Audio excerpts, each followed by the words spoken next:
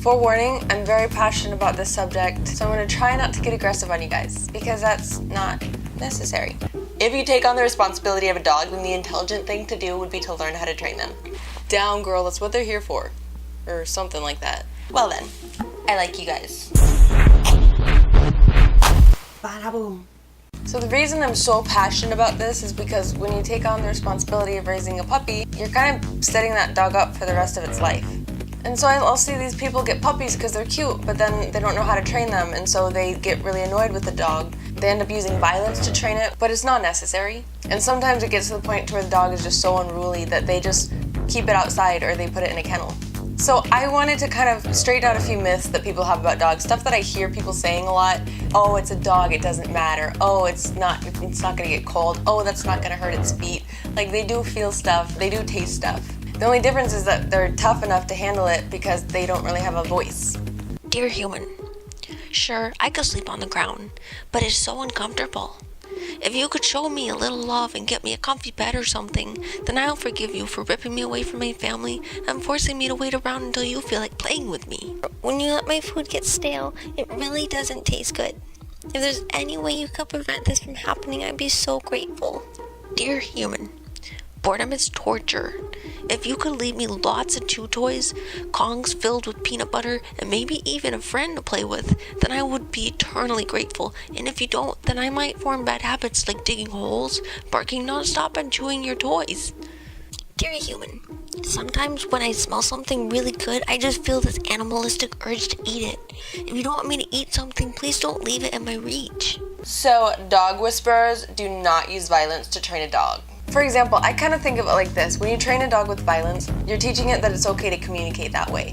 So then the next thing that ends up happening is your friend has a toddler over or something, and that toddler gets too close to the dog's food, and so the dog is like, I need to communicate to this child to stay away from my food, and they know that violence is a great means of communication because that's how they get taught. It's scientifically proven that training them with rewards is way more effective. Now, my favorite brand of training is called the capturing method. How it works is like this. When you see the dog do something that you really like, make a really happy noise. Good!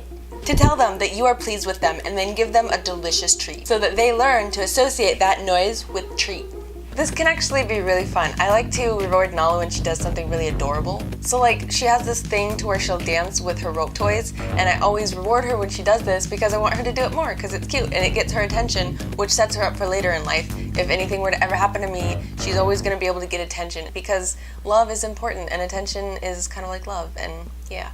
You can use this method to train them to sit, lay, and like shake their whole body like when they get out of water. It's really cute. You should never force a dog into a position and then just magically expect them to know that that's the position you want them to do whenever you ask them to do it. All you're teaching them is when they let you touch their butt, they get a treat.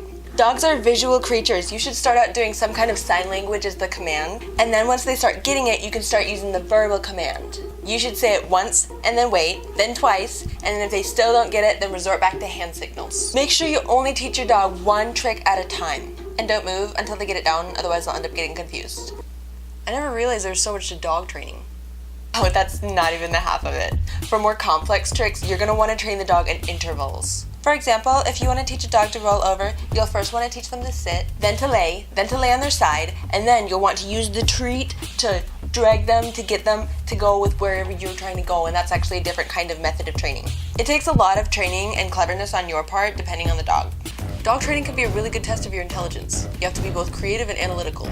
Do you have what it takes? I think you do. I mean, I figure you're probably smarter than most people because you're actually watching a how-to video. So we're gonna start wrapping this up really quick, so I'm just gonna toss in some of the information that's a little bit useful, and from my experience, it's a little bit more hard to find.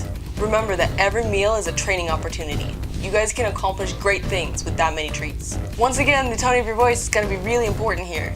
When they're in trouble, talk in a slow, low voice to let them know you're serious. Also, when you take a dog for a walk, and this one's huge, do not yank back on their leash. What you do is you hike it up to their neck, to the top part. They're sensitive, and then when they start to pull, it goes on right there.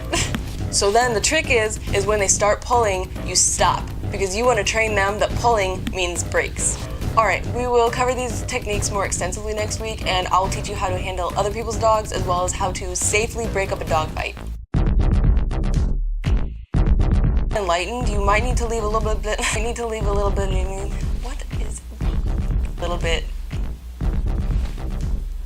dog with respect, and it just makes it. It's scientifically proven that training them with sports.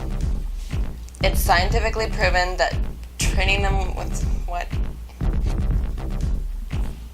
If you take on the responsibility that. That's all, folks.